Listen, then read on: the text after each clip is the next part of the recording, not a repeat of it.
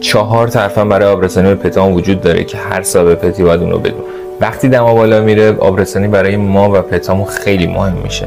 اینا توصیه منه. مورد اول طعمدار کردن آبشون.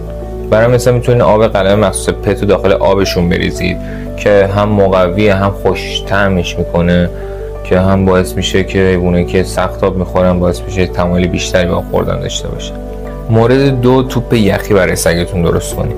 میوه‌ای مثل هندونه رو میتونید با ماست ارگانیک میکس کنید و اون رو داخل فریزر بذارید. سگا تو فصل تابستون عاشقش میشن.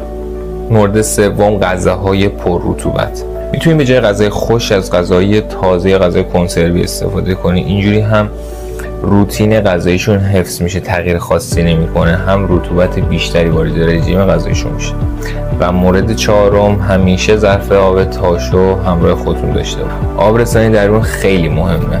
همیشه تو پیاده رویاتون یا موقع سفر یا موقعی که تو ماشین هستید، مخصوصا تو فصلهای گرم سال، همیشه ظرف آب تاشو همراهتون داشته باشید. برای نکات بیشتر در مورد سلامتی پتاتون میتونید ما رو دنبال کنید و همچنین کانال یوتیوبمون هم با سابسکرایب کردناتون ما رو حمایت کنید.